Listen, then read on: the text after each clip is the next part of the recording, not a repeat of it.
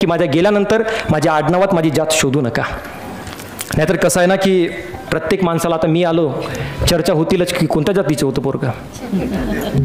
आणि सुरुवातीलाच मी सांगितलं, शिक्षकाचं उदाहरण तुम्हाला देऊन सांगितलं की एक दिवस एवढे मोठे व्हा. आम्ही तर सांगतो आम्ही प्रथम आणि अंतिमता भारतीय आहोत, आमच्या धर्म मानवतेच्या, आमची जात माणुसकीची. पण तरी काही लोकांमध्ये असतोच एक किडा वडवडणारा जो जात शोधून काढणारा असतो, आडनावाच्या पाठीमागे लावणारा असतो. म्हणून मी सुरुवातीला शेवटी एवढंच म्हणेन, माझ्या गेल्यानंतर माझ्या आडनावात माझी जात शोधू नका आणि जातीची माती खाऊन तोंडाची चव खराब करू नका. कारण आजच्या